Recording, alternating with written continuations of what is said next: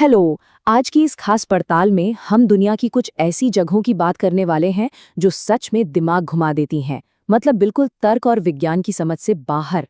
हम दुनिया के 4 अलग-अलग कोनों में जाएंगे। एक ऐसा पुल जहां से जानवर बेवजह कूद जाते हैं, एक ऐसा द्वीप जो अचानक बस गायब हो गया, एक विशाल ढांचा जो घने जंगल के बीच लावारिस खड़ा है, और एक ऐसा पूरा का पूरा शहर जिसे पानी ने निगल लिया। यह सफर बहुत ही रोमांचक होने वाला है, तो चलिए इस मिस्ट्री फाइल को खोलते हैं। तो आज का हमारा रोड मैप कुछ इस तरह है।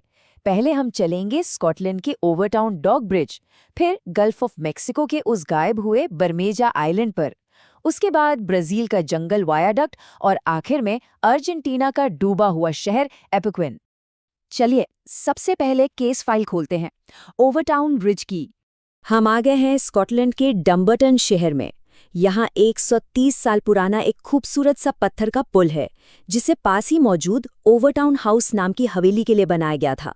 दिखने में एकदम नॉर्मल है ना, लेकिन इसकी सच्चाई बेहद खौफनाक है। पिछले कई दशकों में सैकड़ों कुत्तों ने इस पुल से छलांग लगाकर अपनी जान दी है। और सबसे अजीब बात, ऐसा बिना किसी वार्निंग के होता है, बस अचानक। और जो बात सच में रोंगटे खड़े कर देती है वो ये है कि जो कुत्ते इस भयानक ऊंचाई से गिरने के बाद भी बच जाते हैं, वो बुरी तरह जख्मी होने के बावजूद वापस ऊपर आते हैं और दोबारा छलांग लगा देते हैं।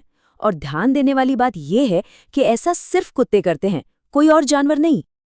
अब जाहिर है ऐसी अजीब घटनाओं के बाद कहानियां तो बनेंगी ही। कुछ लोग केल्टिक पगान मान्यताओं को मानते हैं, जिनके हिसाब से ये पुल स्वर्ग और धरती के बीच का रास्ता है। वहीं कुछ स्थानीय लोगों का कहना है कि यह हवेली में रहने वाली एक विधवा के भूत का काम है, जिसे व्हाइट लेडी ऑफ ओवरटाउन कहा जाता है। और एक बेहद दिल दहला देने वाली घटना 1994 की भी है, जब एक पिता ने इसी पुल से अपने ही बच्चे को फेंक दिया था। बहुत से लोगों का मानना है कि उस दुखद घटना से पैदा हुई नेगेटिव एनर्जी ही कुत्तों को ऐसा करने पर मजबूर करती है। लेकिन अगर हम विज्ञान की तरफ देखें तो तस्वीर थोड़ी अलग नजर आती है। 2006 में animal behaviour expert David Sands ने एक बहुत ही दिलचस्प थ्योरी दी। उन्होंने देखा कि पुल के नीचे घने जंगल में मिंग जैसे जंगली जानवर बहुत ज्यादा हैं।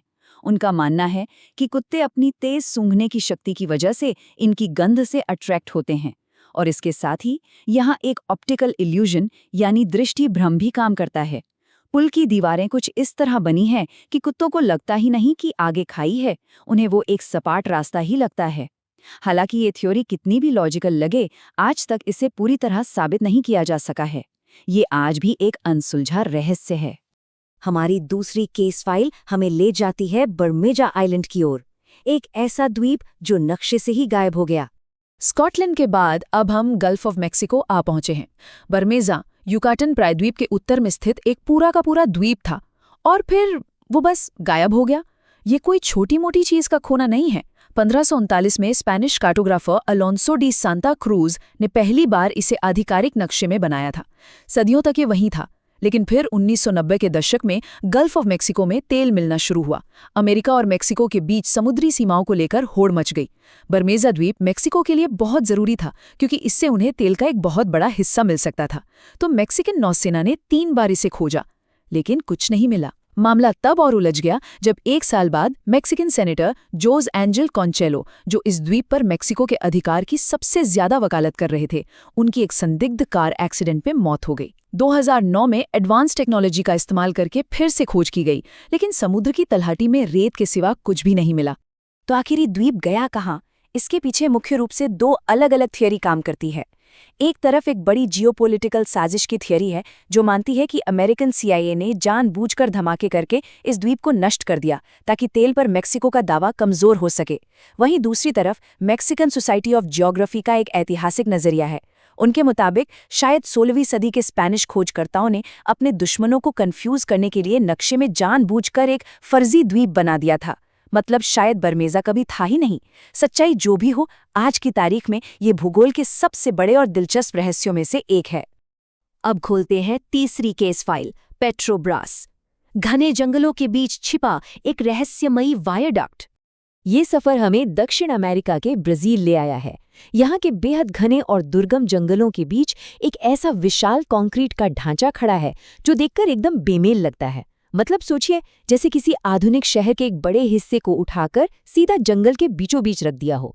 इसके साइज का अंदाजा इस नंबर से लगाइए, 1000 फीट। जी हाँ, ये 13 फीट से ज्यादा ऊंचा और 1000 फीट लंबा है। भारी भरकम दीवारें, लंबी सुरंगें और मजबूत बुनियाद, लेकिन सब कुछ एकदम बेकार। प्रकृति अब धीरे धीरे इसे निगल रही है और ये पूरी तरह से पेड़ पौधों में छिपता जा रहा है। तो सोचने वाली बात यह है कि इतना बड़ा स्ट्रक्चर आखिर जंगल के बीच पहुंचा कैसे। बात 1950 की है, जब ब्राजील में 3000 मील लंबे BR-101 हाईवे का काम शुरू हुआ था।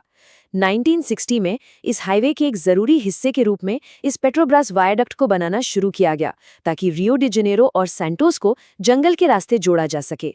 16 साल की कड़ी मेहनत लगी और ये ढांचा लगभग पूरा ही होने वाला था। लेकिन तभी ब्राजील में अचानक एक बहुत बड़ा आर्थिक संकट आ गया। पैसे खत्म हो गए और सरकार को एकदम आखिरी मौके पर प्लान बदलना पड़ा। हाईवे को तट की तरफ मोड़ दिया गया और इस विशाल वायडक्ट को वहीं जंगल में अधूरा छोड़ दिया गया। एक प्रोजेक्ट जो कभी विकास की मिसाल बनने वाला था, वो आज बस एक अजीबोगरीब टूरिस्ट स्पॉट बनकर रह गया है। और अब हमारी चौथी और आखिरी केस फाइल, विला अपेक्विन, एक पूरा का पूरा डूबा हुआ शहर। हम अर्जेंटीना के ब्यूनस आयर्स से करीब 400 मील दूर हैं। एक वक्त था जब ये जगह एक बेहद शानदार और चहल पहल वाला रिजॉर्ट शहर हुआ करती थी। ये एक खारे पानी की झील के किनारे बसा था। कहा जाता था कि इसके पानी में नहाने से त्वचा और हड्डियों की बीमारियां ठीक हो जाती हैं। 1970 के दशक में अपने चरम पर यहाँ एक साथ 5000 पर्यटक ठहर सकते थे। 1500 लोगों की तो यहाँ स्थायी आबादी थी। अपना रेलवे स्टेशन, आलीशान होटल। अर्जेंटीना के अमीर लोग यहाँ छुट्टियां मनाने आते थे। लेकिन जब इस खूबसूरत अतीत की तुलना हम इस शहर के आज से करते हैं, तो सच में रोंगटे खड़े हो जाते हैं। 1920 के दशक में ये टूरिस्ट विलेज बसाया गया था। सब कुछ एकदम परफेक्ट चल रहा था। लेकिन फिर आया 10 नवंबर 1985 का वो मनहूस दिन। एक भयानक तूफान आया और शहर को झील से अलग करने वाला डैम टूट गया। पानी तेजी से शहर में घुसने लगा और देखते ही देखते पूरा शहर 30 फीट पानी के नीचे समा गया। उन 1500 निवासियों को सब कुछ छोड़कर अपनी जान बचानी पड़ी। लगभग 25 सालों तक ये शहर पानी के नीचे कब्र की तरह दफन रहा। 2009 में जब आखिरकार पानी कम होना शुरू हुआ, तो बाहर जो आया वो किसी भुताहा शहर से कम नहीं था। खारे पानी की वजह से हर एक इमारत, हर एक ढांचे पर नमक की एक सफ़ेद परत चढ़ी हुई थी। जंग लगी गाड़ियां, मरे हुए पेड़ और नमक में जमे खंडर। नज़ारा बेहद खौफनाक था। इस भयानक त्रासदी के बीच एक बहुत ही भावुक कर देने वाली मानवीय कहानी भी है। जब 25 साल बाद पानी उतरा, तो उन 1500 बेघर हुए लोगों में से सिर्फ एक इंसान वापस लौटा, पाब्लो नोवैक। 81 साल की उम्र में पाब्लो वापस अपने उसी टूटे फूटे घर के खंडर में आके बस गए। वो इस भुताहा शहर के अकेले निवासी थे। दुनिया भर से जो भी पर्यटक या फोटोग्राफर आते, पाब्लो उनके लिए एक गाइड और एम्बेसडर का काम करते। जनवरी 2024 में 93 साल की उम्र में उनका निधन हो गया और उनके जाते ही विला एपिक्विन हमेशा के लिए फिर से वीरान और खामोश हो गया। स्कॉटलैंड का वो डरावना पुल, मैक्सिको का वो गायब हुआ द्वीप, ब्राजील के जंगल का वो अधूरा ढांचा और अर्जेंटीना का नमक में जमा वो भुताहा शहर। आज हमने 4 बहुत ही अलग और दिमाग घुमा देने वाले रहस्यों की पड़ताल की। तो अब सोचने वाली बात यह है, इन चारों में से कौन सी मिस्ट्री सबसे ज्यादा रोंगटे खड़े करने वाली लगी? सच में इस दुनिया में ऐसे अनगिनत रहस्य छुपे हैं जो बस हमारी नजरों का इंतजार कर रहे हैं। आज की इस पड़ताल में हमारे साथ जुड़ने के लिए शुक्रिया और हमेशा कुछ नया जानने के लिए जिज्ञासु बने रहें।